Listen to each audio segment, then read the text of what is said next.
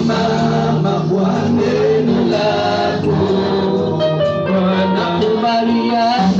Nakubaliana na neno lako Bwana, na nimesimama kwa neno lako. Nakubaliana na neno lako.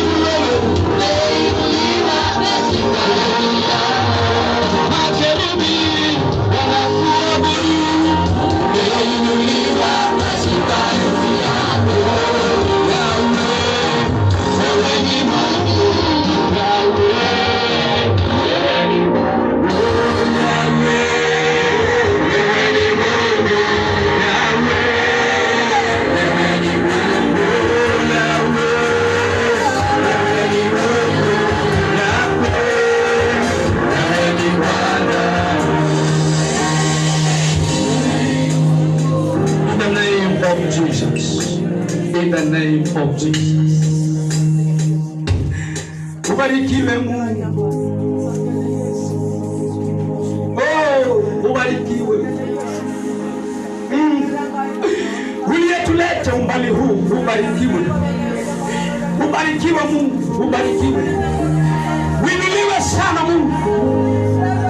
Wewe Mungu, ya kila siku nasema ubarikiwe mchana wa leo. Ni wewe wa kuabudiwa, ni wewe wa kuheshimiwa. Miungu yote iko chini yako, falme zote ziko chini yako, mamlaka yote yako chini yako. Nasema uinuliwe Yesu, nasema uinuliwe sana Yesu, uinuliwe. Wewe sio binadamu, nasema uongo, uinuliwe. Ni wewe peke yako tunatangaza habari zako.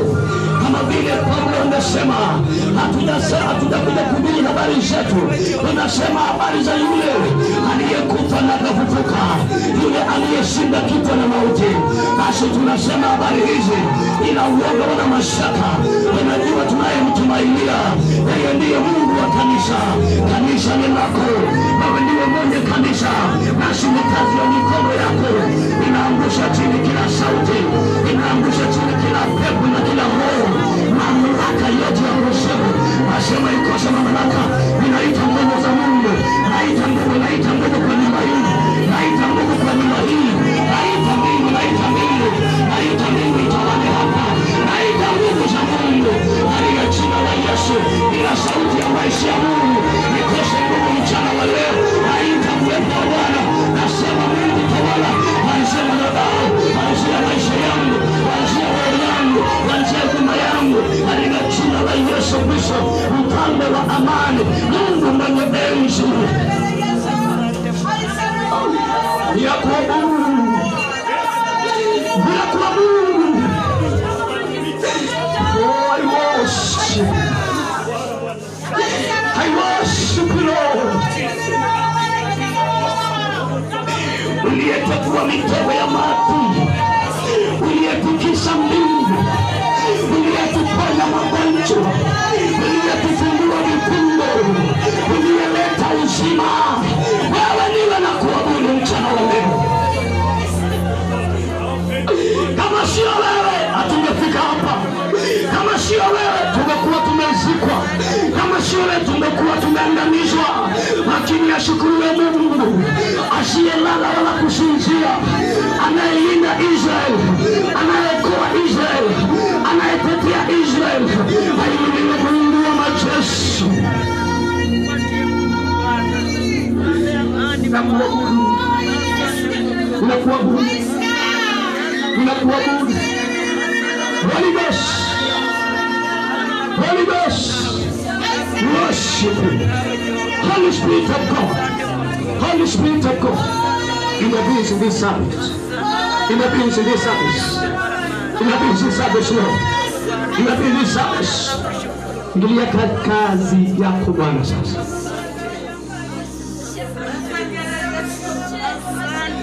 Oh, ubarikiwe sana Mungu, ubarikiwe sana Mungu, uheshimiwe sana Mungu, unayetutetea hata tukiwa tumelala, unayetubariki mikono yetu, unabariki akili na mawazo na roho, unayetetea familia za watoto wako. Wewe ubarikiwe Mungu. Kwa mlima huu hakuna mwingine ataabudiwa, kwa mlima huu hakuna mwingine ataheshimiwa, kwa mlima huu hakuna mwingine atapewa sifa. Ni wewe peke yako, ni wewe ndiye unapokea sifa. Sifa ni zako, naomba usipokee sifa. Pokea sifa, pokea sifa. Naomba kwa heshima na kwa miguu yako.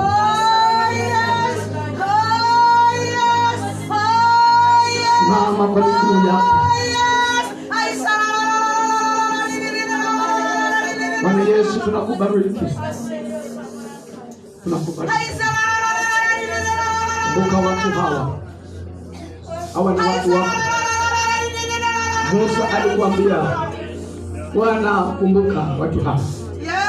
Samueli alikuambia, kumbuka watu hawa. Na leo unasema, kumbuka watu hawa. Kuanzia mimi, madhabahu haya, wapate siku zote kupewa heshima. Jina la Yesu, tunakushukuru. Kwa mikono yako tuweze kumpigia Bwana Yesu mkono. Pigia Yesu makofi mazuri. Naomba pigia Yesu makofi. Naomba pigia Yesu makofi. Naomba watu wapigie Yesu makofi. Ukuta zinaanguka, ukuta zianguke, pigia Yesu makofi. Waganga mashetani washindwe, pigia Yesu makofi. Magonjwa yaondoke, pigia Yesu makofi. Hali ya kusumbuka ikuache, pigia Yesu makofi. Kwa jina la Yesu Kristo. Baba, tunaomba kupitia Mungu. Karibu.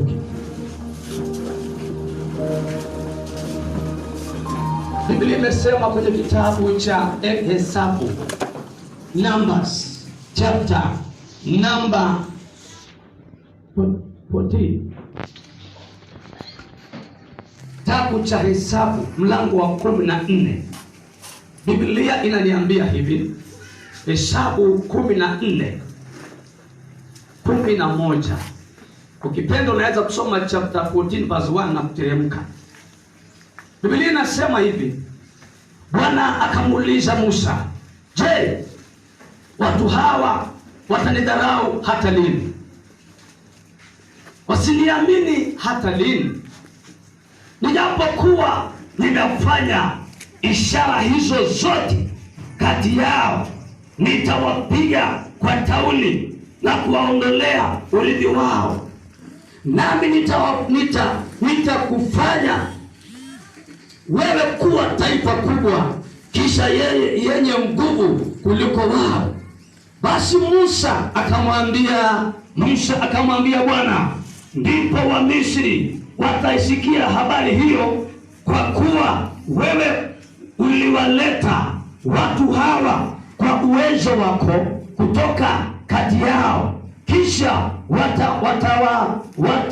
watawaambia wenyeji wa nchi hii, wamesikia wao ya kuwa wewe Bwana kati ya watu hawa. My God.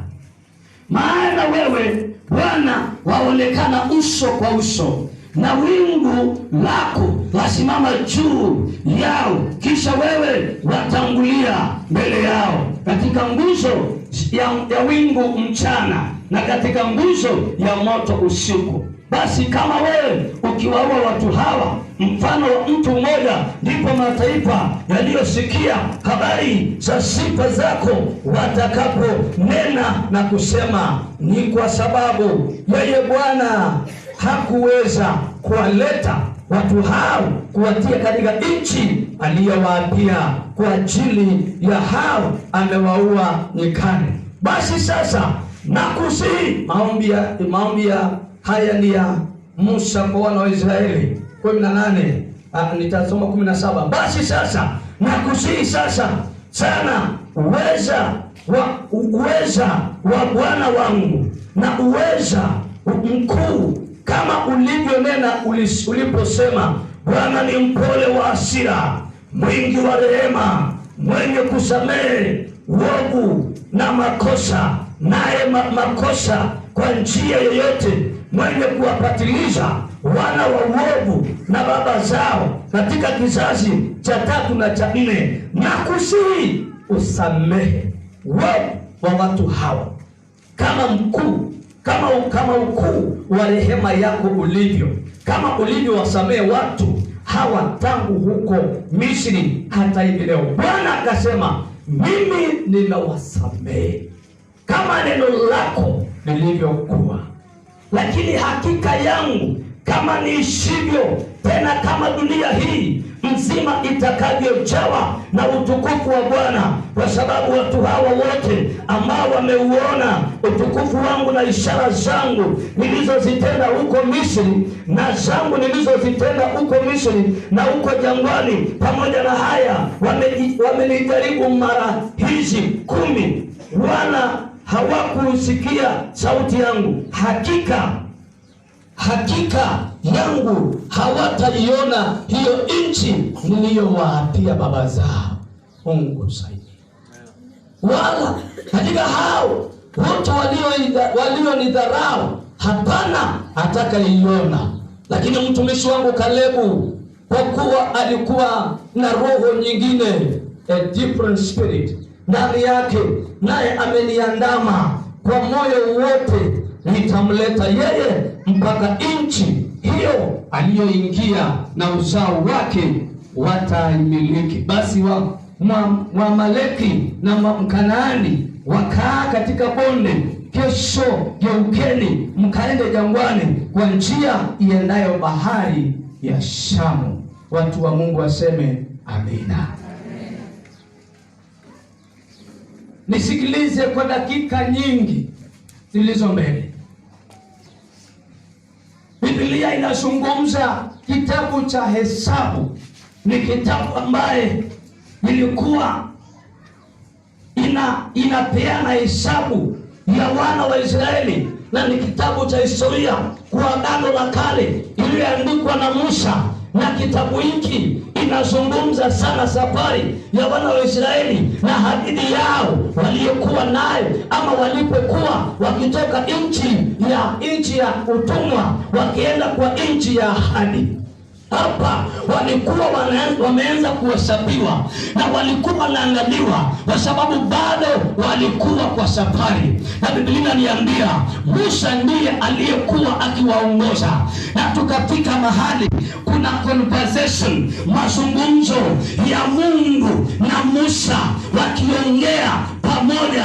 Na wakati huu ghadhabu ya Mungu ilikuwa inawaka kwa wana wa Israeli. Ukisoma chapter 14 verse 1, sababu ya Mungu kukasirika iko hapo juu. Chapter 14 verse 1 and verse 2, Biblia inaniambia watu hawa walianza kunung'unika, wakaanza kuongea na kusema, Musa, kwa nini umetutoa kwa nchi ile ambaye iko na matikitiki, iko na watermelon, iko na chakula, kuna makaburi ya babu zetu, tulikuwa tunaabudu kule, mbona umetutoa ukuje tuangamie? Ni wapi chakula? Ni wapi maji? Mungu akakasirishwa na maneno ya manunguniko yaliyotoka kwa taifa lake mwenyewe. Na wakati huu ambaye tunasoma maandiko haya, wakati ambaye tunasoma maneno haya, naona Mungu akiongea na Musa. Walikuwa wanaongea na Musa uso kwa uso. Biblia imesema Musa alikuwa anazungumza na Mungu hapa. Mungu akamwambia Musa, Maisha, rafiki yangu, mtumishi wangu, watu hawa uliowaleta, watu hawa ambaye nimekupa uwezo wa kuongoza, wamenikasirisha. Hapo ndipo Musa akaanza nafasi ya kuindasidi na kuomba na kulia na kumwambia Mungu usiwaangamize. Mungu, naomba, umesema kwa maandiko wewe ni Mungu wa huruma, ulitusamehe safari nyingi, umetusaidia safari nyingi. Musa akamwomba Mungu, akamwambia Mungu, hata kwa wakati huu naomba bado utuhurumie na utusamehe, ili maadui wasiseme umeshindwa kutufikisha, wasipate maneno ya kuongea. Biblia imesema Mungu akamwambia, nimesikia, nitawasamehe, lakini sikia, nina habari njema ambaye labda sio tamu kwao. Waambia hivi, hiyo kizazi chote ambaye umewatoa kule hawataona nchi hiyo. Hiyo kizazi chote ambaye unaongoza, nitajiinulia kizazi kingine. Lakini wale watu walioanza safari, ambao walitembea na mimi, ambao walinikubali, walikuwa na a different spirit, walikuwa na moyo tofauti. Hao watu ndio wataingia kwa nchi ile. Mungu akawatamka kwa majina, akasema Joshua na Kalebu, walio na roho tofauti, ambao wamenijua, ambao wamenipenda, ambao wamenitumikia, ambao wajengania sanamu, ambao wajageuka, watu ambao walinipenda. Hawa watu ndio ninakuambia wataona na wataingia. Hata wewe hautaingia. Nataka kusema neno ambalo Mungu ameweka ndani yangu kwa sababu ya mtu mmoja mahali hapa. Maana Mungu anapoandaa chakula, anaandalia mtu aliye tayari kupokea. Maana tunaweza kuwa tumekaa lakini hatuko tayari kukula chakula. Mungu atupe appetite ya neno la Mungu. Mungu atupe kiu na njaa na haki, ili tukashibishwe na Mungu mwenyewe. Biblia inasema watu hawa walikutana na topic kama nataka kuzungumza, dealing with the premature death, kupambana na roho ya kufa kabla ya wakati. Mimi sijaongoza mtangazaji alipokuwa akiongea, akasema sitasema hii maana hatuamini kufa mapema. Akasema nitaruka hii, nitasema ingine, nikasema Mungu ameweka muhuri. Nataka kusema mchana wa leo, tunataka kuongea kwa dakika zilizo mbele kitu kinaitwa roho ya kufa mapema, premature death. Unaweza kuliambia unasema nini pasha, na watu lazima wakufe kwa sababu ya dhambi zao. Sijakataa, lakini Biblia hii inasema Mungu ametupa maisha marefu. Anasema tutashiba miaka kama Methusela. Kwa Biblia kuna watu wamekaa miaka 170, miaka 115, miaka 190, miaka 132. Biblia inasema lakini kuna vitu na kuna madhabahu na kuna roho na kuna mamlaka inayofanya mtu kuondoka kabla ya wakati Mungu amekupangia. Biblia imesema kila jambo lina wakati wake. Kuna wakati wa kuzaliwa, kuna wakati wa kulala, kuna wakati wa kukusanya, kuna wakati wa kutawala, na kuna wakati wa kuishi pia. Lakini kuna vitu tutakaporuhusu shida kwa maisha yetu, unakuta watu wameondoka. Wengine nasema ya Mungu hana makosa, vitu vingine ni sisi tumejiletea. Wengine nasema ni kawaida, watoto wanakwenda, wamama wanakwenda. Sikieni nikwambie, lazima tufunguke macho. Kuna vitu ambavyo tukiendelea kukaa nazo inatupunguzia maisha, inapunguza miaka. Unapoteza watu wakiwa wachanga, wakiwa wadogo. Wengine wanamaliza masomo, anamaliza tu hivi anaondoka, anamaliza hivi anapotea. Wengine kabla hawajamaliza hata maisha wameondoka. Wengine wanazaliwa kabla hata hawajafikia class 4, class 8 wanaondoka. Kuna vitu ambavyo lazima tuelewe kwamba Mungu amesema tutaishi maisha marefu. Mungu anasema miaka 10, Mungu anasema miaka 20. Hata hizo miaka 70 siku hizo watu hawafiki, na hizo miaka 80, na hizo miaka 100. Na kwa hii kizazi watu wamepoteza matumaini ya kuishi miaka mingi. Wamepoteza hopes. They don't believe in long life. Hawaamini. Unasema maisha ni kidogo. Hata imeandikwa siku za kuzaliwa na siku za mwanadamu aliyezaliwa na mwanamke sio nyingi, zimejaa taabu. Sikatai, lakini pamoja zimejaa taabu, kuna Mungu ambaye wale wanaompenda atawapatia maisha marefu. Wale ambao wanaomtumaini Mungu, kama Joshua na Caleb, hawakukufa kabla ya wakati. Joshua na Caleb walifika kwa nchi ya ahadi. Kuna mambo Mungu amekuandalia, lakini usiposimama hautajiona, hautafikia. Mauti inatafuta njia, kwa njia ya ajali, kwa njia ya mizimu, kwa njia tofauti. Unajikuta kwamba inasemekana alikuwa tu vizuri, hatujui kile kimetendeka. Natangaza mchana wa leo, Mungu tunamhubiri ni Mungu wa kuridhisha watu miaka, ni Mungu wa kupatia watu kuishi miaka mingi na sio miaka michache. Hatukufi kama inzi, hatukufi kama mbwa wanaopewa dawa ama wanaodungwa sindano za kifo. Sisi tunaishi kwa sababu yule tunamtumikia anaridhisha watu miaka, anarudisha watu miaka mirefu.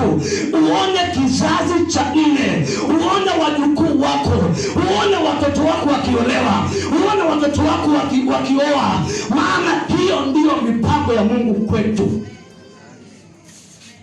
Hata kama uko mbali, sema amen. Amen. Utakuja karibu. Na kama unasinzia, sema amen na ulale. Bwana asifiwe. Sikia, kuna vitu 7 zinafanya watu kufa mapema. Nitasema 7 kwa leo. Kuna vitu ambazo zinafanya watu kuondoka tu ovyo ovyo. Na zingine zimeshika maisha watu wengi. Jambo la kwanza, imeandikwa, zote ziko kwa Biblia, zote. Ya kwanza kwenye kitabu cha Waefeso mlango wa 6 mstari wa 1 hadi 3.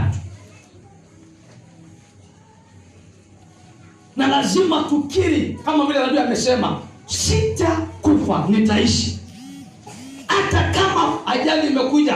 Unajua kuna wakati ambaye mtumishi wetu mmoja wa kanisa letu walikuwa wamepata ajali hapa kwa njia wakienda nyumbani, ambaye tulienda wote mazishi yake wakati huo, ambaye Mungu ndiye alituokoa, karibu tubebwe na maji kule kwa zile mito.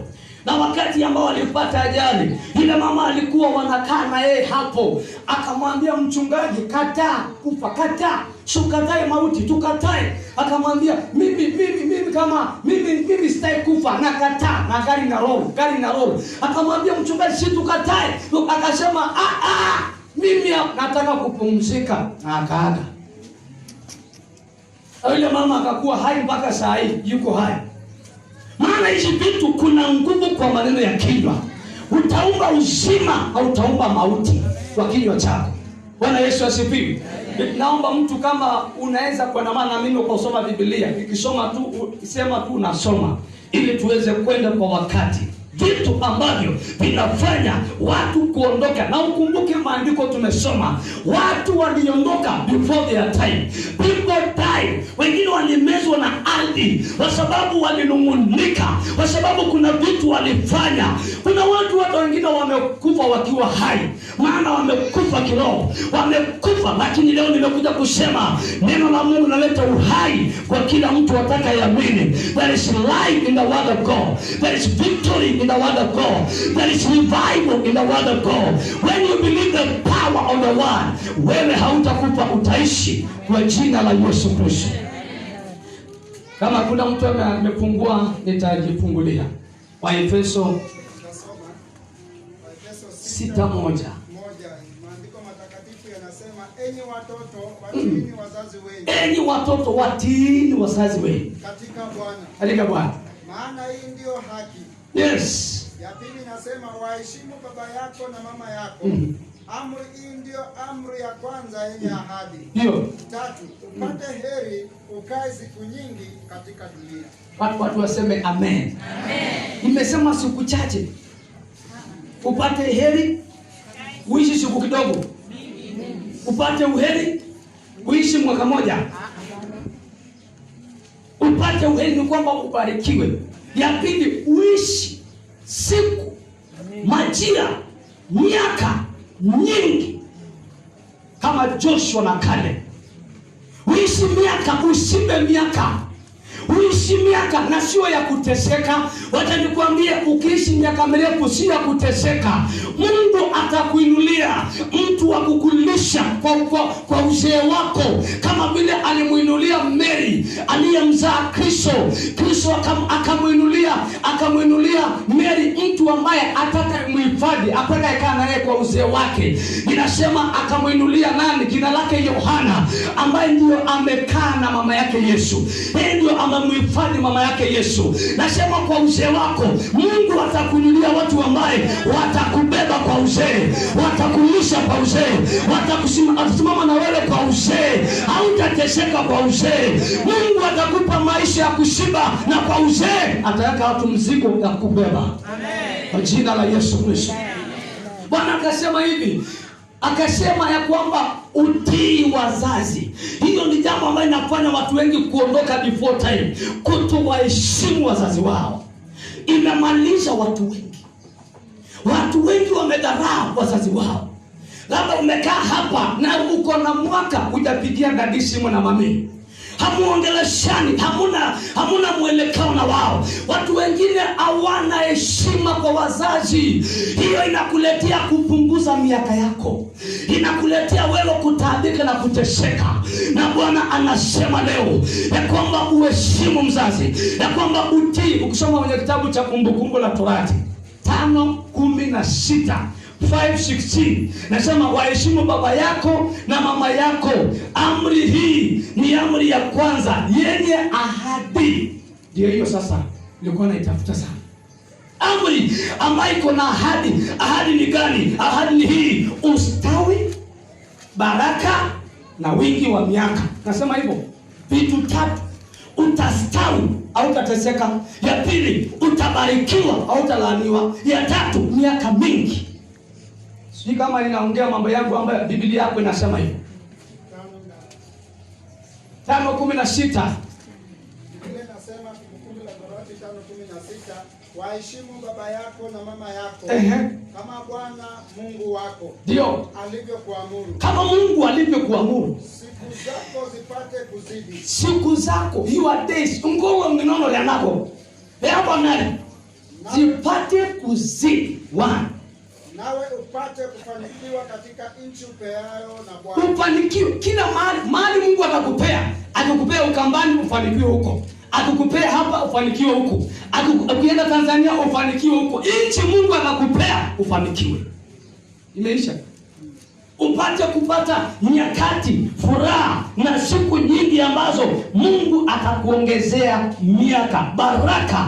Naomba niseme kuna hatari ya watu wengi kuteseka na kutaabika. Unafanya kazi ulengi, unang'ang'ana usongi, unainuka unashindwa kuinuka, unashindwa nini nanitesa. Jambo la kwanza, vile umeokoka, tafuta pia ushirika mwema na wazazi na uheshimu wazazi wako. Wazazi ni baraka kwako. Haukuzaliwa na miti, haukuzaliwa na wanyama, ulizaliwa na binadamu. Na wewe usipowaheshimu, baada ya muda mfupi watoto wako wanainuka.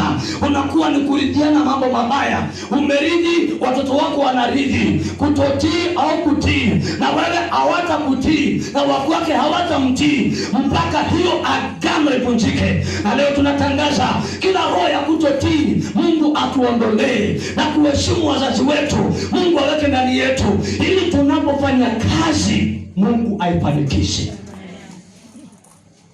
Ninajua kuna maeneo huwezi kusema amen, lakini hata kama ni chungu meza upone. Bwana Yesu asifiwe. Unajifanya una usingizi. Sio usingizi unayo, hiyo ni utaki. Lakini Mungu akupe neema ya usingizi kukosekana leo. Yaani ukilala inakwambia sikuiti, ukilala usinakwambia sikutaki. Sikia kwanza alafu ndio nitakupatia usingizi baadaye. Mungu akupe neema ya kukosa usingizi. Hiyo hakuna amen, lakini tumeomba Mungu. Na Mungu anasikia. Nasema watu wengi maisha ambayo tumekaa wameshindwa kusonga. Roho ya kufa mapema inafuata watu. Wanaondoka. Mwingine anapata elimu, anajitenga. Hataki story tena. Akipigiwa simu na wazazi, unasema ananisumbua. Mzazi wako, hiyo roho ya kusumbuliwa itakufuata, na wewe utasumbuliwa na watoto wako. Niseme hivi leo, heshimu wazazi wako. Unajua kuna watu wamekuja, wamekula, wameenda Nairobi, wamekula, wamesahau wazazi. Kula na wazazi wako hiyo kijiko kidogo. Kula na mzazi wako hiyo sahani kidogo. Kula na wazazi kile kidogo uko nayo, ili uishi miaka mingi, miaka ya furaha, miaka ya amani. Na kuna mwanamke akiolewa anatenga mume na wazazi wako. Ole wako. Muondoe tu, muone nyinyi mtaenda wapi. Na kuna mwanaume akioa anatenga mtu na watu wao. Niseme watu ni wa maana. Kama unahitaji Mungu, unahitaji watu pia. Usidanganywe. Juzi tulikuwa na mtu ambaye amepata msiba na hatukuwatangazia. Kwa sababu maisha imekuwa ngumu, nikamwambia mama, uko kwa Safina. Uko kanisani, uko na marafiki, uko na ushirika mzuri na familia yao. Hapana, tuelewani na kwenu. Hapana, nikamwambia hata mimi sina ushirika na wewe. Mzigo mkubwa hiyo, nikibeba nitaanguka, na niko na kazi kubwa mbele. Pambana na hali yako, na mimi nipambana na hali yangu. Niambia hapa vumilia tu, tusaidiane. Nashukuru Mungu ametusaidia pamoja na watumishi. Nikatuma watumishi wakaenda kumaliza mazishi. Hatujawahi tangaza kanisani. Maana tutawaambiaje? Tutatuambia hiyo ni yenu na uongozi wenu. Na badala mtuambie tunyamaze.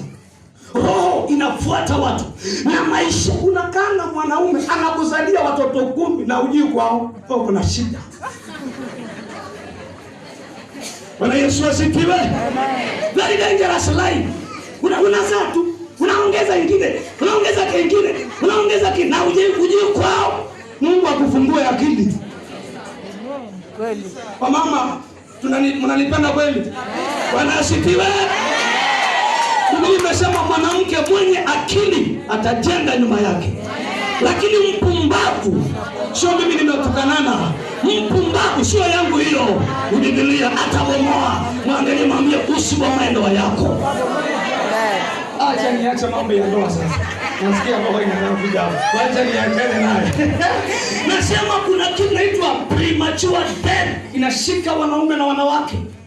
Na labda mlikosana na mama, ukamwambia utajua ujui kwamba wewe utajua ujui. Unajisikia sana ukosa, hauna kitu ndugu yangu, baba hauna kitu, dada hata kama saa hii unatesa kwa zamu. Mrs. Marula ametokelezea. Unajua Marula ni iko na pesa huko. Kwa hivyo ndio tunaita Mrs. Marula. Sikia nikwambia, nimekuja kukuambia Mrs. Sineta, tafuta ushirika na wazazi, tafuta ushirika na baba, tafuta ushirika na mama, tengeneza ushirika na watu wa nyumbani. Haleluya. Kanisa isongi, kumbe watu wamepata shida ya mafamilia. Kanisa isongi, kanisa wabarikiwi. Tunang'ang'ana, leo tunatangaza Mungu. Watu wakikubali neno hili, magari wapokee, mashamba wapokee, watoto wapokee, mambo mazuri wafuate kwa jina la Yesu Kristo. Sema amina. Na mtu anasema maliza uende kwenu. Simaliza. Bwana Yesu asifiwe. Jambo la pili inayotesa watu kufa mapema ni kukosa maono. Hiyo ndio shida, wala watu wanaolewa na kuzaa ovyo ovyo. Hana maono. Mzee unaoa kila season, hauna maono. Unaweka wanawake kila mahali, hauna maono. Wasio na maono wanaenda mapema. Bwana Yesu asifiwe.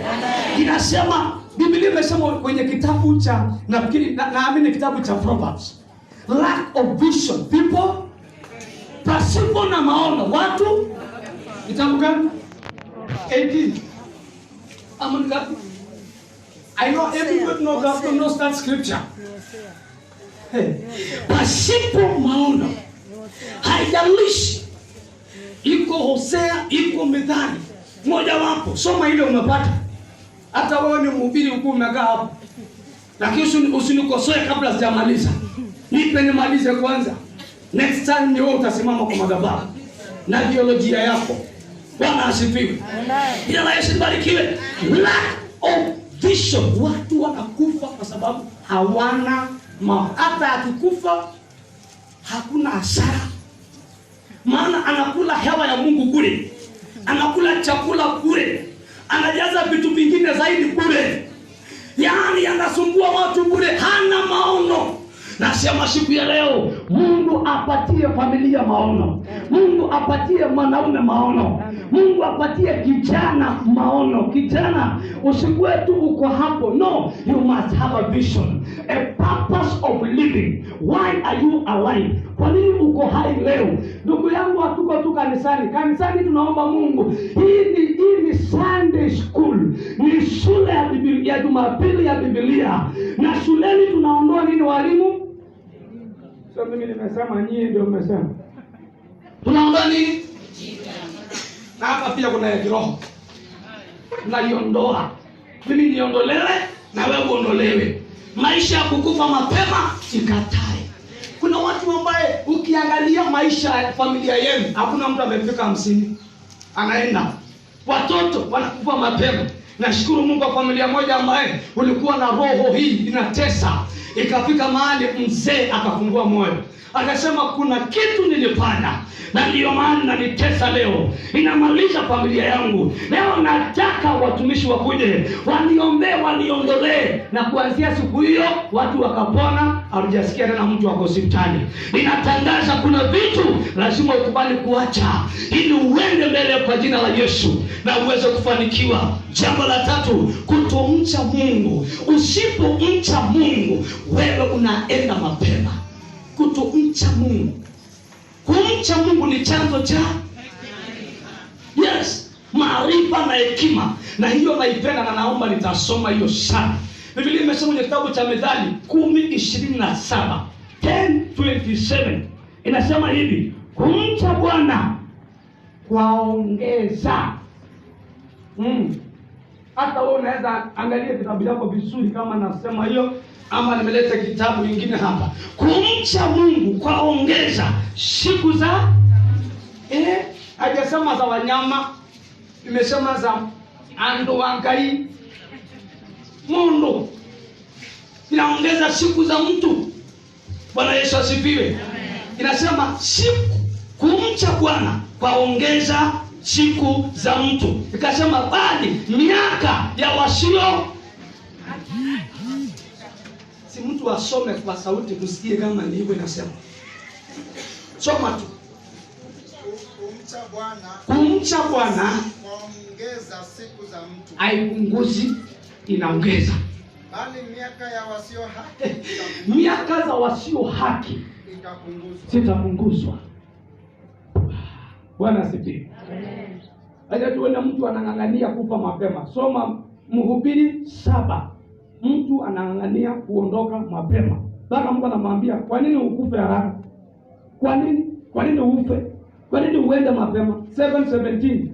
Mhubiri 7:17. Mtu anang'ang'ania kwenda haraka. Na Mungu anamwambia, "Kwa nini ndugu yangu ufe mapema?" Na ndio ujumbe wa siku ya leo. Tunakataa premature death. Tukisema kwa nini ukubali kuondoka kabla ya wakati?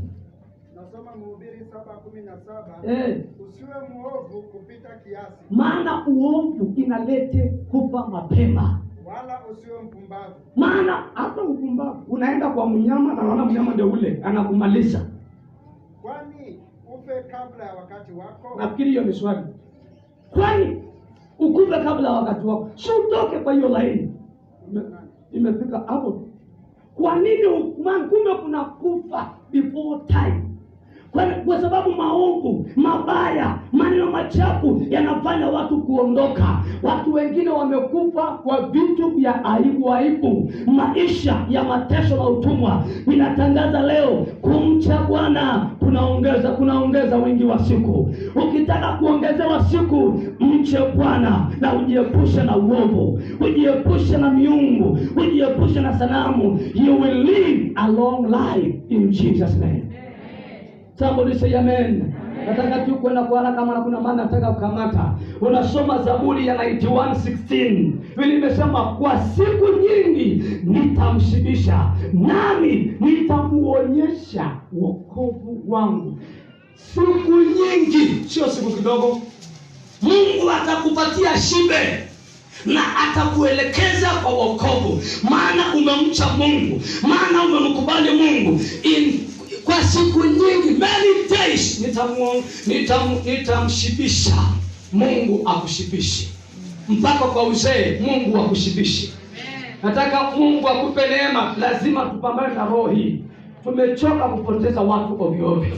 Tumechoka maisha ya kusemekana ameondoka. Yule Mungu tuliomuomba miaka 2 zimepita, wakati ambaye roho ilikuwa imezunguka kwa mji wa Sineti ya watoto kuondoka, watoto wadogo kuondoka. Tukaomba kama kanisa la Bwana kwa mji wa Sineti, na Mungu akasimamisha. Huyo Mungu ndiye yule jana, leo na hata milele. Kama alishikia, hata leo atasikia. Kama alijibu, hata leo atajibu. Tunakataa roho ya mauti. Tunakataa vifo vya mapema. Mungu akushibishe miaka. Mungu akupe watu wa kukubeba kwa uzee. Mungu akupatie maisha ambayo utasema nashukuru Mungu. Mmeona shosho ameishi mpaka anasema nitoeni nje. Mungu akumbuka bado niko. Nitoe, yaani yeye ameona kule ndio kutamu kuliko hapa, ameshiba miaka. Lakini sisi majira tu, unajua kama kuna nyakati watu wanakufa ovyo ovyo mapema ni nyakati yetu. Lakini leo kupitia elimu hii, neno la Mungu, tunakataa mauti, tunakataa watu kupotea, tunakataa roho ya Wamidiani ambaye zinainuka wakati tunafanikiwa, zinainuka wakati mtoto anaolewa, inainuka wakati mtoto anaoa, inainuka wakati mtu anajifungua, inainuka wakati mtu anafanikiwa. Tunakemea hiyo roho. Unasema watu wafanikiwe, unasema watu washibe miaka, unasema watu wasonge mbele, na sio kwa nguvu zetu lakini kwa nguvu za Mungu. Watu waseme amen. Mungu atupe akili na elimu. Jambo lingine, kumwekea Mungu mipaka. Ukiwekea Mungu mipaka, you doubt God. Unaanza kuona kuna hii Mungu anaweza na kuna ile hawezi. Unamwekea Mungu mipaka ya maisha. Unaona kama hii inawezekana, unaona kama hii kwa Mungu haiwezekana. When you limit God, your ears are limited.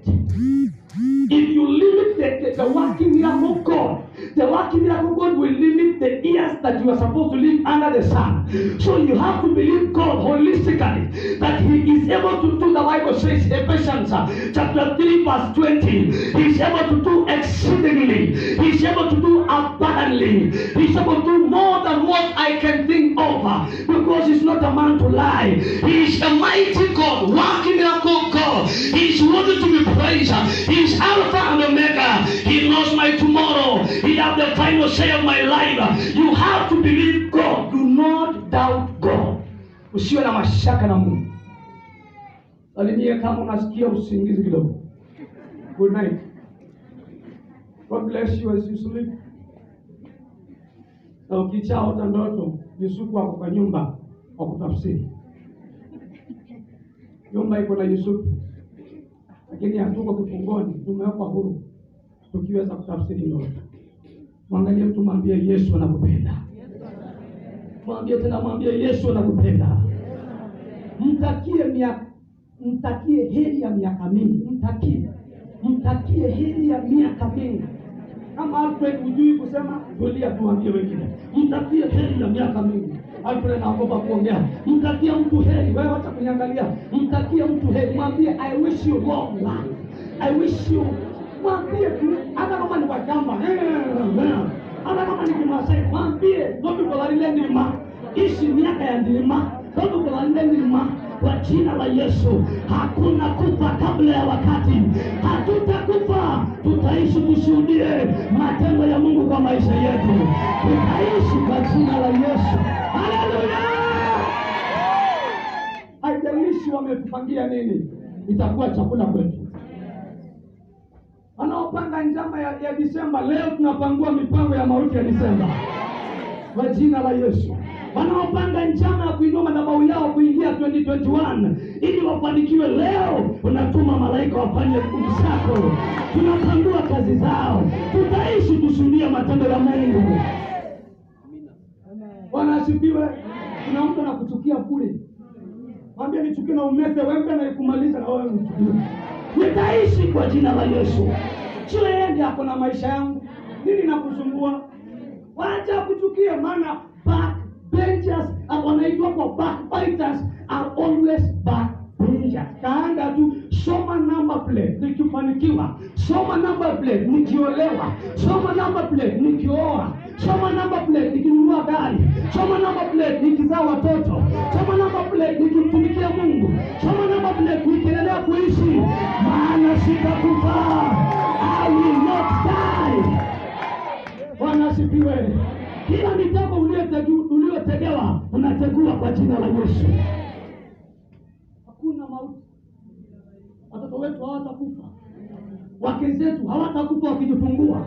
Tunakataa watoto kugongwa na gari barabarani wakienda shule. shule, tunakataa kwa jina la Yesu Kristo. They will not die. Tunatangaza maisha marefu. Somebody say amen. Unajua tuko kanisani tuishi miaka mingi, maana tunamtumikia Mungu anayepeana miaka mingi. Usidharau. Niseme jambo hili, ukimwekea Mungu mipaka, kama watu hao ambao walikuwa wanaitwa taifa la Israeli, ukisoma hiyo maandiko tumesoma ambayo inatuongoza, walifika mahali wakaanza kudoubt Mungu. Je, tutaenda kweli?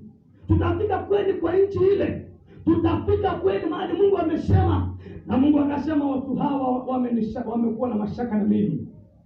Watu hao wameanza kuwa na mashaka na mimi, na mimi nasema hawatafika. Leo tunaomba Mungu, mahali tumekuwa na uoga na mashaka na Mungu, tunaona Mungu hawezi, tunamwambia Mungu, osolela mabata makwa. Hata kama ni makubwa, osolela mabata makwa. Hata kama ni ndoa, osolela mabata makwa. Hata kama ni kanisa, osolela mabata makwa. Na Mungu anapokea na anakupigania. Inawezekana huyo mtoto kuokoka. Inawezekana hiyo ndoa kupona. Inawezekana huyo mtu aliye na kanza akapona.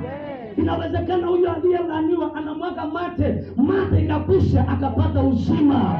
Mungu anaweza. Unasifiwe.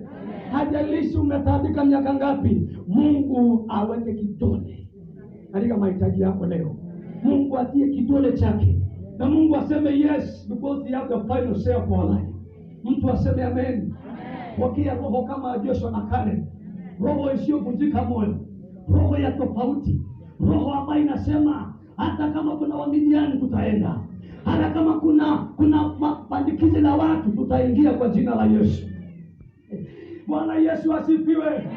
Haleluya.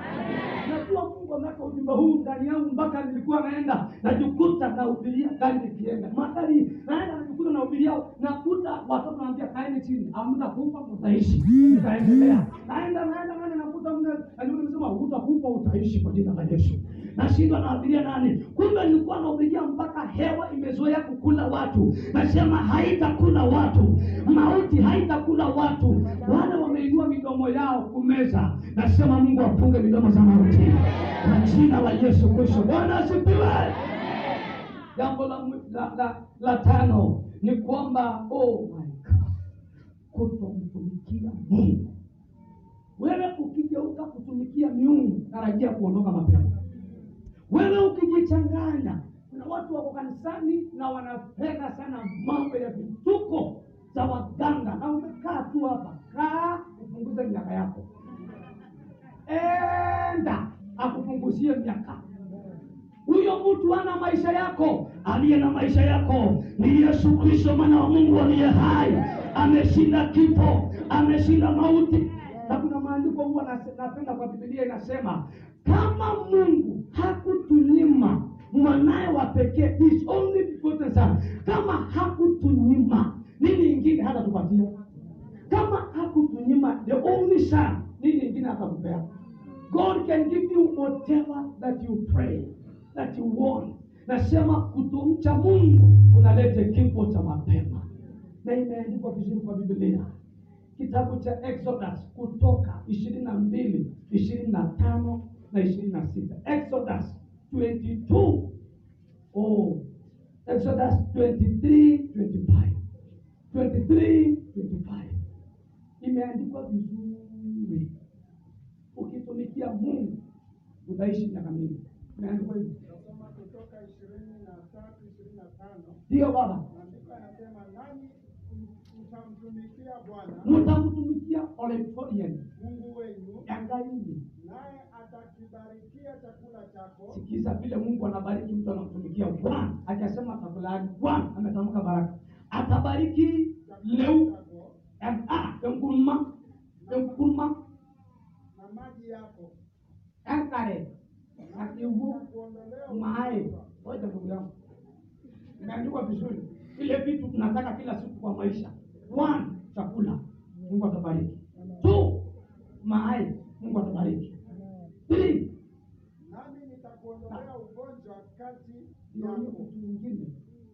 Tunatangaza ukimtumikia Mungu, ugonjwa sio yako, afya ndio yako.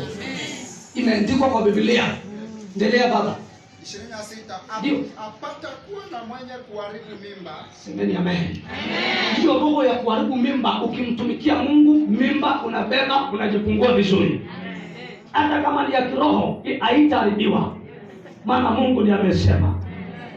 Endelea baba. Wala aliyetasa. Tunakataa kwanza roho ya utasa. Ni mbaya, tunakataa. Tunasema tunakataa kama kanisa kwa jina la Yesu. Na hesabu ya siku zako. Hesabu. Mkooni. Nitaanza hapo nyuma inasema katika nchi yako na hesabu ya siku zako nitatimiza. Mtu aseme amen. Ile kitu Mungu amekuandikia. Maono, miaka yako, maisha yako haiko kwa waganga, iko kwa mikono ya Mungu. Na huyu Mungu ndiye anasema nitazitimiza. Haitapungua, nitakukamilishia, nitakushibisha chakula, afya na maji nitaibariki kwa nchi yako, na hesabu ya miaka yako nitakukamilishia. 27 nitatuma utisho. Mimi naona kama umefika mwisho. Tunataka hiyo. Asante ndugu yangu. Hiyo 26 and 27. Hiyo naishukuru. 25 to 26 anasema nitakushibisha. Hesabu ya siku zako nitazitimiza. Hautakufa kabla ya wakati. Bwana asifiwe. Taka tu ukiri maneno haya kwa kinywa chako mwenyewe, sema I will not die. I will not die. Hata kama hujui Kizungu, leo pokea roho ya kujua Kizungu.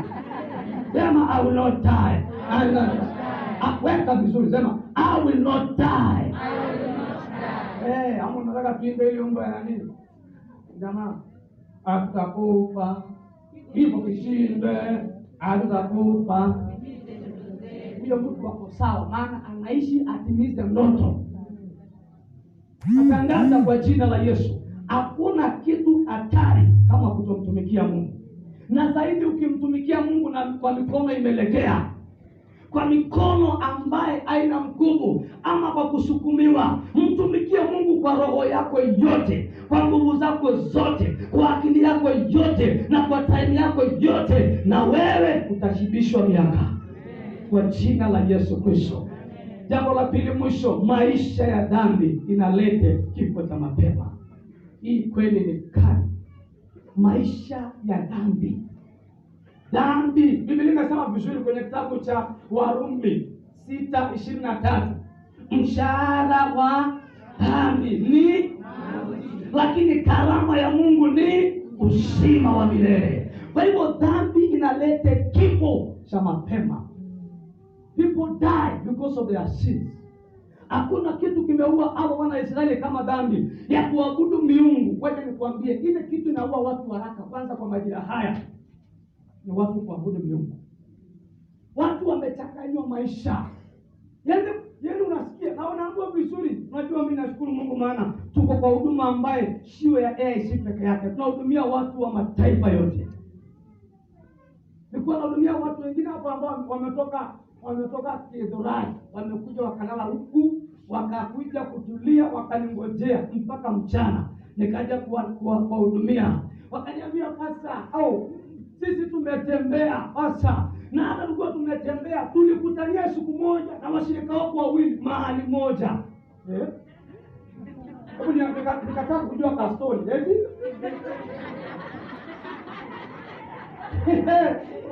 Na ninashukuru Mungu kwa sababu hata niseme kwa hapa. Nashukuru Mungu kwa sababu Mungu ni mwema sana, maana umebadilika. Na tulikutana lini? Tulikutana basi. Alafu nini? Tukahudumiwa na nini? Tukaharibikiwa na maisha. Watoto wamepotea. Mtoto mwingine amekunjika mguu. Mwingine saa hii hataki shule. Na mume wangu ameondoka, amechukuliwa na wanawake wengine. Na kuna mwingine umeenda kutengenezewa. Nilikuwa nimeenda kutengenezewa familia. Imetengenezwa, imeharibiwa. Na wewe unakaa hapa na ulikuwa kule, imetengenezwa, inaharibiwa. Bwana Yesu asifiwe. Jina la Yesu libarikiwe. Nakujua sana. Lakini nashukuru Mungu maana umebadilika. Badilika kabisa sasa. Jina la Yesu libarikiwe. Hakuna kitu baya kama kula ngonyoe njia zote. Ndoto gani? Yaani uko huku. unatoshea. Ukienda kanisani unatoshea. Ukienda kule unatoshea. Mwambie Mungu toshea ndani ya Yesu. Bwana asifiwe. Andobane baseo mano. Hata kama usemi ni baseo. Bwana asifiwe. Tunakataa vifo vya mapema. Tunakataa, na kuna kitu kibaya zaidi, mtu kujifanya uko kanisani na bado unachanjwa. Mama mzima na miaka zake anaenda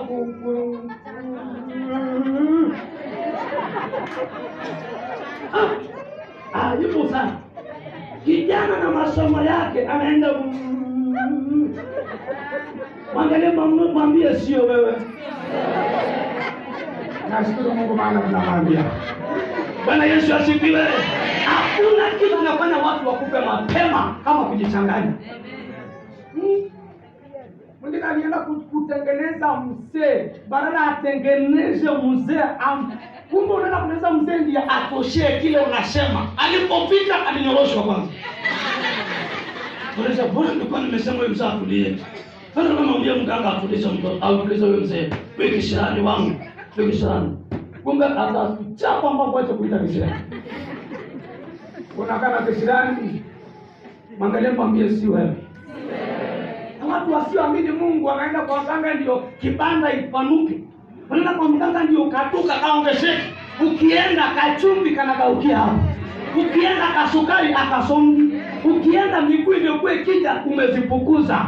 Zinaenda kwa next person. Nasema tegemea Mungu peke yake. Mungu ana baraka za kutosha. Bwana Yesu asifiwe. Tunakataa vifo vya mapema. Tunakataa. Sisi hatuko tayari kuzika watu ambao hawajamaliza miaka. Umeiona tukio kama sinaandikwa celebration. Maana ameshiba miaka. Celebration. Bwana asifiwe. Huyo Mungu anayeleta mvua akaleta miaka mingi kwako. Kwa jina la Yesu Kristo. Hakuna kitu mbaya kutomcha Mungu. Kuna mtu katika Biblia alipogonjeka akaenda kuuliza kwa waganga kama atapona ama hatapona. Na imeandikwa vizuri. Na hivyo ndivyo watu wengi wanafanya. Kwenye kitabu cha 2 Chronicles chapter 16 verse 11 to 13. 2 Chronicles 16:11 to 13. Usipomcha Mungu utaenda kuabudu miungu, utaenda kwa sanamu kabisa. Maisha ya dhambi ni mbaya. Maisha kukaa kwa dhambi ni mbaya. Soma ndugu yangu 2 Chronicles 16:11. Soma baba. Nyakati wa pili 16:11. Nasikia kumaliza niombe. Mambo ya Nyakati wa pili 16:11. Biblia inasema natazama mambo yake hasa ya kwanza na ya mwisho. Huyo ni mfalme anaitwa Asa, mambo yake. Tarudia, natazama mambo yake hasa ya kwanza na ya mwisho. Angalia, yameandikwa katika kitabu cha wafalme wa Yuda na Israeli. Akashikwa Asa na ugonjwa wa miguu. Sikia, akashikwa, hatujajua ugonjwa wa miguu gani, lakini alishikwa na ugonjwa wa miguu Katika mwaka wa 39 wa kutawala kwake, wa kumiliki kwake. ndio Ugonjwa wake ukazidi sana, mwanaume akagonjeka zaidi, lakini hakumtafuta Bwana. ndio shida kubwa sasa. Katika ugonjwa wake Hakumtafuta ngai wa tei katika shida zake, bali waganga. Asante. Hata usiendelee. Maana alikufa. Usema hapo tunasema akakufa. Kwani ni nini ingine mganga analeta? Mganga ni mtumishi wa shetani. Mganga hakigangi na hakugangi kama hakigangi la kuganga wewe. Mganga ana mwelekeo, anakwambia uendesha gari na yeye hana baisikeli. Mganga anakwambia unaenda ghorofa na yeye anakaa kwa nyumba ya nyasi. Shetani ashindwe. Natangaza siku ya leo hatutaenda kwa waganga. Mwanaume mzima akaenda kusema, naomba niulize nani mganga, mimi kwani nitapona? Hii ugonjwa nimelogwa, hii ugonjwa ni fulani ameniendea, hii ugonjwa ni walikuwa wananimaliza. Hivyo ndio tunaulizana. Hii shida imetoka kwa nani? Ama ni yule asiyenipenda ama nisumbua? Vile nimesema Bwana akakasirika na huyo mtu hakupona, alikufa. Na ukisoma vizuri alikufa kabla ya wakati wake. He died the premature death. Asa simply because aliabudu miungu na waganga. Na kuambia mshahara wa dhambi ni mauti, karama ya Mungu ni uzima wa milele. Mungu ako na maisha marefu. Ninakutangazia leo, pokea maisha marefu. Ushibe miaka. Biblia imesema dhambi, roho itendaye dhambi ndiyo itakayokufa. Hakuna kitu mbaya kama dhambi. Dhambi inaua. Dhambi inatenga na Mungu. Ndio maana Yesu alikuja ili tuwe na uzima, tuwe na utele. Tosheka ndani ya Yesu. Tosheka. Jambo la mwisho, kukosa bidii katika kumpenda Mungu. Kukosa bidii katika kumpenda Mungu. Hakuna kitu hatari kama ulikuwa unampenda Mungu, umeanza kulegea. Umelegezwa na watu wenye miguu miwili. Umelegezwa na wamama mnakaa na wao kwa plot moja. Umelegezwa na wamama wa loko. Umelegezwa na wazee wa loko. Umelegezwa na waimbaji wa kanisa. Hao sio Mungu wako. Mungu wako uliyempenda, mpende Bwana Mungu wako kwa roho yako yote, kwa nguvu zako zote, kwa akili yako yote, wala usitumainie mawazo yako peke yako. Love God. Kutokuwa na bidii katika kumpenda Mungu ulete kifo cha mapema. If you don't love God, my brother, kama upendi Mungu dada yangu, na imeandikwa vizuri kwa Biblia, Zaburi 91:14-16. 91:14-16. Na Mithali 3:1-3. Na nitasoma hiyo 91, nasema kwa kuwa amekaza kunipenda nitamuokoa, na siku nyingi nitamshibisha. Ninatangaza Mungu akushibishe. Nasema Mungu akuokoe kwa mabaya yote iliyopangwa kinyume na maisha yako. Mithali 3:1 inasema hivi. Inasema, mwanangu usisahau sheria yangu, bali moyo wako uzishike amri zangu. Soma hiyo, iko na hiyo kitu tunasema. Ukimpenda Mungu na kushika amri zake, nasema zitakuongezea wingi wa siku. Hii kama imeandikwa. Mpaka kasema miaka. Mtu asome. Mtu yeyote 3:1. Maandiko yanasema Mithali 3:1, mwanangu usisahau sheria yangu. Wacha kidogo. Good night. Lala kabisa. Tuendelee. Nasema Mithali 3:1. Mwanangu usisahau sheria yangu. Mwanangu usisahau sheria zangu, bali moyo wako uzishike amri zangu. tangalino kwa goro yako, kwa goro yako shika Amri zangu. Maana zitakuongezea wingi wa siku. Watu waseme amen. Na nyingine, na miaka ya uzima. haleluya. Hajasema miaka ya mateso, hajasema miaka ya magonjwa, miaka ya uzima na peace. Mungu hivyo umo, sio ya Shetani, ya angai. Maana Shetani yana, Mungu ndiye ako naye. Anasema, na unajua kumpenda Mungu, ili upende Mungu lazima ushike sheria zake. Siri ya kujua kama unampenda Mungu ni kukubali kushika sheria zake. Jina la Yesu libarikiwe. Kumcha Bwana kuongeza siku za mtu. Mcha Mungu peke yake. Kidogo ndugu yangu, pambana nayo, maana ni mzuri. Kabla hujakuja tulikuwa tunatumia. Usidharau. Ama ilikuwa mama wakiwa wadogo sana walikuwa wanatumia hii. Nilikuwa natumia hii mashine hii. Sio wewe. Kwa hivyo lazima tukaheshimu hata kama mashine. Ikaenda Simba, ikahubiri mpaka wakanunua, ikarudishwa. ikaenda Marekani ikarudishwa. Leo tunataka kuendelea naye, tupatie hapa rekodi warudishe mpaka tuje tuonyeshe watoto wa watoto, tuambie tulitoka mbali. Heshimu mali ya kanisa. Bwana asifiwe. Hebu inua mikono yako useme asante Yesu.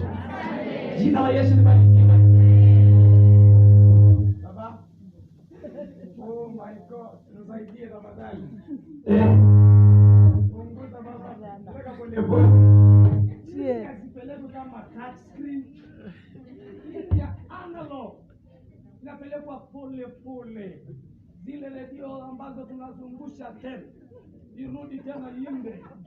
Sio hii ya kusongeza wimbo moja hivi. Lakini bado inafanya kazi. Bwana asifiwe. Tupigie dadii makofi. Tupigie tumbe sana. Nasema hatutakufa mapema. Tunakataa roho ya kufa mapema. Tunakataa kwa jina la Yesu. Bwana asifiwe. Naomba uangalie hizo points tumeangalia. Ni gani imekukamata? Shetani anatafuta nafasi ya kukutesa naye. Ni gani katika hizo zote?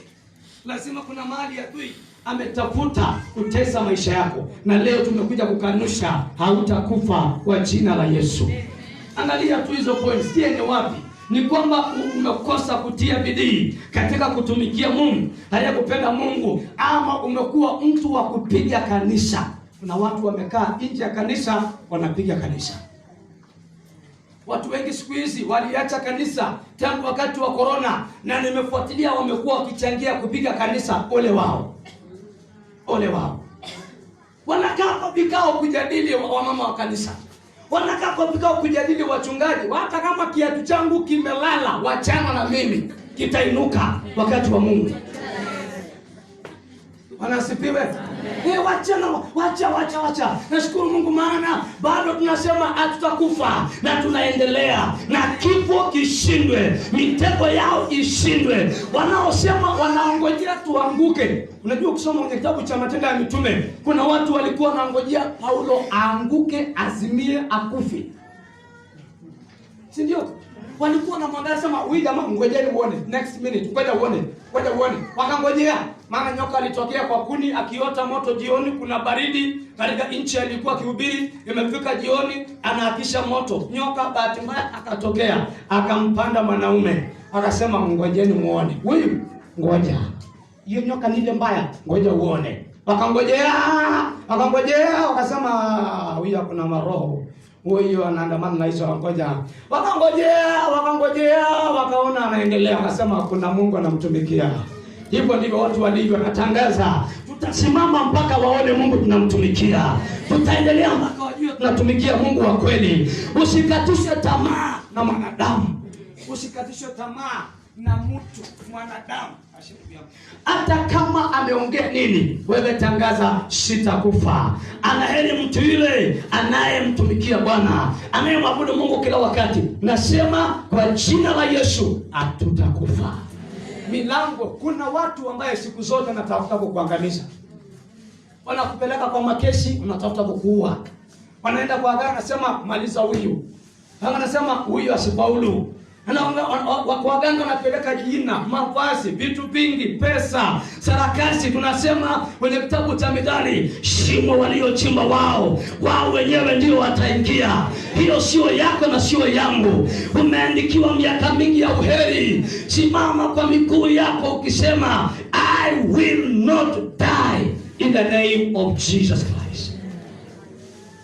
Yani nimemaliza hivi. Simama tu ukisema hivyo. Simama tunahubiri siku nyingine.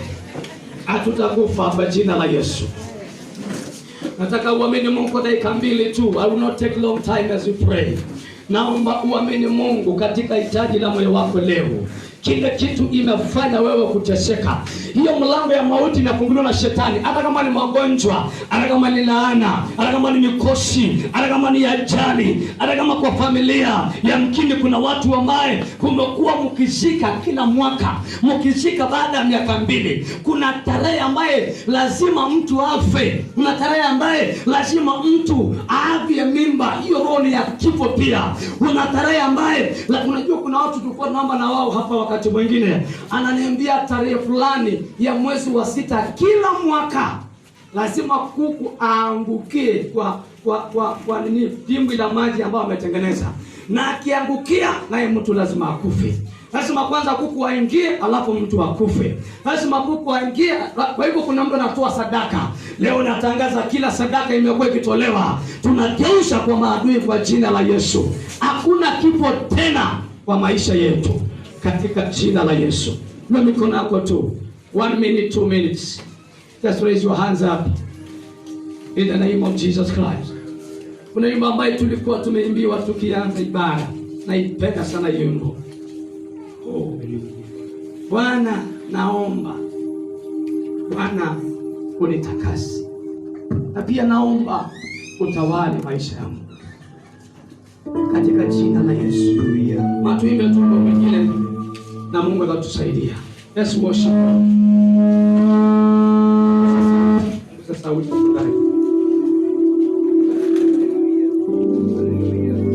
naomba pizza kwa Mungu. Hallelujah.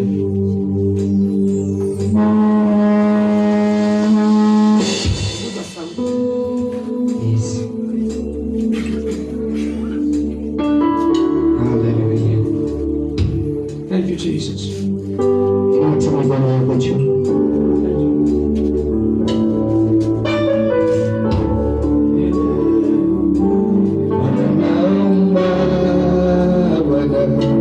Unitakase Mungu mwenye nguvu, Baba naomba Bwana nitawaliwe nawe.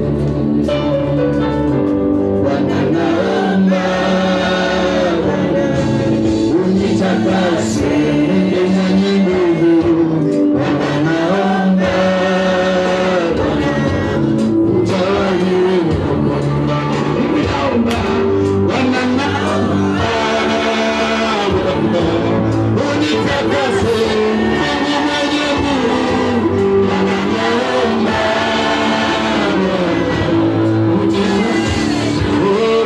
naomba Bwana naomba unitakase Baba naomba nitawaliwe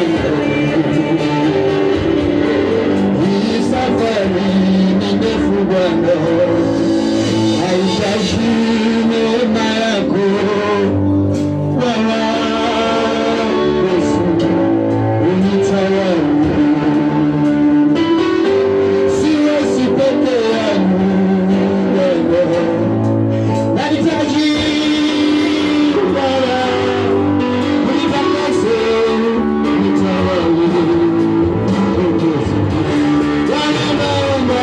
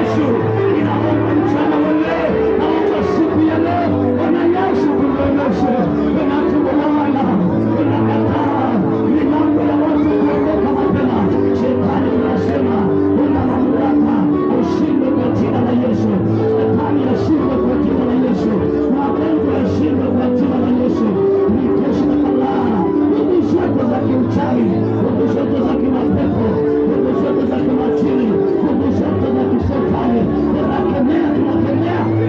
Kataa, kataa kitu kwa mapema, kataa, kataa, kataa, kataa, kataa kwa watoto wako, mwambie shetani hawatakupa watoto wangu, mwambie Mungu wape watoto maisha marefu.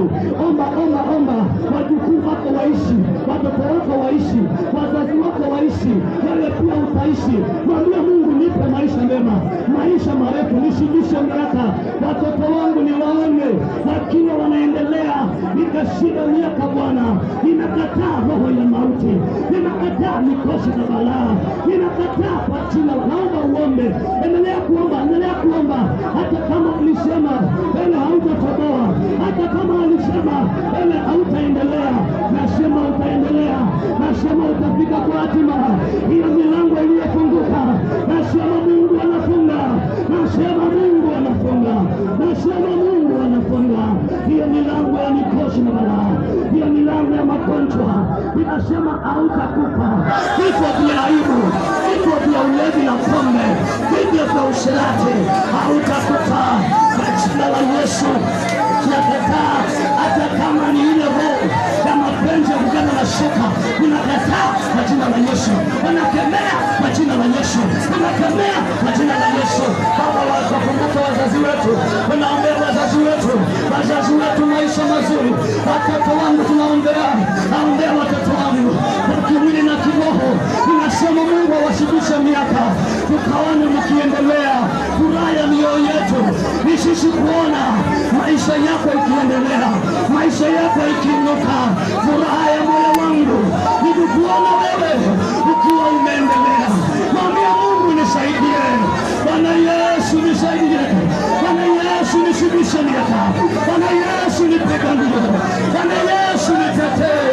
Ninatangaza wazazi wangu hawatakufa vifo vya mapema, ninakataa kwa jina la Yesu. Watoto wangu wa kiroho ninawaridhisha miaka mchana wa leo, laini mliochorewa na shetani leo nasema iondoke. Laini ya miaka 40, laini ya miaka 50, laini ya miaka 60, nasema pokea msiba miaka, nasema pokea msiba miaka, nasema pokea neno. Kataa hiyo mikosi na balaa, kataa maisha yote ambayo tunakunyima wewe kuinuka. Walioweka ukuta waangushwe, ukuta zao zianguke, nasema zianguke. Mke wako ataishi. Tunakataa kuacha wake zetu mapema, tunakataa kuacha wake zetu mapema, tunakataa kwa jina la Yesu. Yesu tusaidie, Yesu tusaidie, Yesu Mungu wa kanisa. This is your time, this is your time, this is your time. It is your manifestation hour, it is your manifestation hour. In the name of Jesus, in the name of Jesus Christ. Baba tunakuabudu, Baba tunakutukuza, Yesu tunakupenda, Baba tunakuheshimu. Matendo yako ni ajabu, utawala wako ni wa kipekee. Wewe unahitaji ambalo unalo, na kuna jambo nataka Mungu akutendee, na kuna roho inakufuata, labda inafuata wazazi wako, inafuata maisha yako. Kimbia kwa madhabahu, lazima ikuache leo. Hatutaruka mwaka nayo, hautaruka mwezi huu nayo, lazima ikuache. Iwe ni ugonjwa, iwe ni mateso, iwe ni laana fulani, iwe kuna watu ambao wanajinaza kwa laini ya familia yenu, kuna watu ambao wanaamini miungu na uchawi na uganga. Njoo tumwambie Mungu tunakataa. Njoo tumwambie Mungu, sogea tu kwa madhabahu. Hautakufa, mume wako hatakufa, watoto wako hawatakufa, katika jina la Yesu. Ukija tu mbele ya madhabahu, inua mikono yako na uendelee kuomba. Ukija tu mbele, inua mikono, endelea kuomba, endelea kuomba, endelea kuomba. Ninatangaza neema ya Mungu, ninatangaza utawala wa Bwana, ninatangaza kibali cha Mungu. Pokea neema kwa maisha yako. Nataka uombe, omba Mungu, omba Mungu mahali upo. Omba, omba sasa. Karibia tu kwa madhabahu na uombe. Ukaribia kwa madhabahu, karibia na uombe. Na Mungu atakusaidia, na Mungu atakupigania. Katika jina la Yesu Kristo, katika jina la Yesu Kristo. Baba ninakuamini, Baba ninakungoja, Baba ninakutumainia, Baba ninakungoja. Katika jina la Yesu, katika jina la Yesu. Omba Mungu, omba Mungu. Kuna nguvu zinashuka, kuna nguvu zinashuka, kuna nguvu zinashuka, kuna nguvu zinashuka, kuna nguvu zinashuka, kuna nguvu zinashuka. Kuna mamlaka inavunjwa na shetani ya magonjwa iliyokutesa, iliyopata watoto, iliyopata familia yako, iliyopata kizazi chako, katika jina la Yesu Kristo, katika jina la Yesu Kristo, katika jina la Yesu Kristo. Baba, ninakuamini Yesu, ninakungoja malangoni mwako Bwana, katika jina la Yesu Kristo. Omba, omba, omba, omba, omba, omba Mungu, omba Mungu. Kuna nguvu zinashuka, hiyo nguvu inakuacha, hiyo mateso, wale wanaotafuta kukuangamisha, waliokuambia kwamba utaisha, nasema hautaisha. Nimetumwa na Mungu leo niongee na maisha ya mtu katika jina la Yesu. In the name of Jesus, in the mighty name of Jesus, nasema you will not die. Nasema kifo kishindwe, kwa watoto kishindwe, kwa maisha yako kishindwe, kwa familia yako ishindwe. Ninakataa, ninakataa, ninakemea, ninakemea katika jina la Yesu Kristo. In the name of Jesus, in the name of Jesus, in the name of Jesus, kila roho kifo kishindwe, kishindwe, kishindwe, kishindwe kwa maisha yako. Achilia nguvu za Mungu, achilia nguvu za Mungu, achilia nguvu za Mungu, achilia nguvu za Mungu, achilia nguvu za Mungu. Vunja kila maagano, vunja kila agano, vunja kila agano kwa maisha yako kwa jina la Yesu. Vunja agano, unapumzika, vunja agano, vunja agano, vunja agano, vunja agano, vunja agano, vunja agano.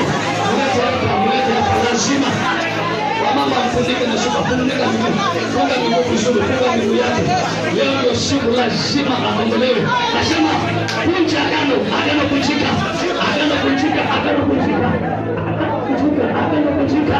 Nasema agano kunjika, nasema agano kunjika, agano kunjika, agano kunjika, katika jina la Yesu Kristo. In the name of Jesus, in the name of Jesus, in the name of Jesus, in the name of Jesus. Nataka tuamini Mungu. Omba tu, omba tu. Wachana na huyo anaendelea kuombewa. Wewe jiombee. Omba Mungu, omba Mungu. Na jina la Yesu, omba Mungu. Baba, ninaachilia nguvu, naachilia nguvu, naachilia nguvu, naachilia nguvu. Nasema moto, moto, moto madhabahu. Moto ya Mungu, moto ya Mungu. Ivunje kila mikosi, mikosi, mikosi, mikosi na kila aina ya mamlaka, mikosi mamlaka. Waliochimba shimo kwa sababu yako, waliotangaza mauti yako. Nasema you will not die. You will not die. Kwa jina la Yesu, kizazi chako kipokee maisha marefu, kipokee maisha marefu, kipokee maisha marefu. Inaachilia neema, inaachilia uzima kwako, inaachilia uzima kwako, inaachilia uzima kwa uzao wa tumbo lako, inatangaza uzima kwa uzao wa tumbo lako, inatangaza neema ya Mungu. Baba, kumbuka Yesu, kumbuka Bwana Yesu, kumbuka Bwana Yesu, kumbuka Bwana Yesu, mkumbuke. Maisha yake inakuhitaji, watoto wake wanakuhitaji, familia yake inakuhitaji. Yesu wakumbuke, Yesu wakumbuke katika jina la Yesu. Inaachilia neema, naomba Baba neema kwa jina la Yesu. In the name of Jesus, in the name of Jesus, inatangaza, it is your time, it is the time that God will intervene. Omba, omba, omba, omba Mungu. Mwambie Baba, ingilia kati, ingilia kati. In the name of Jesus, in the name of Jesus.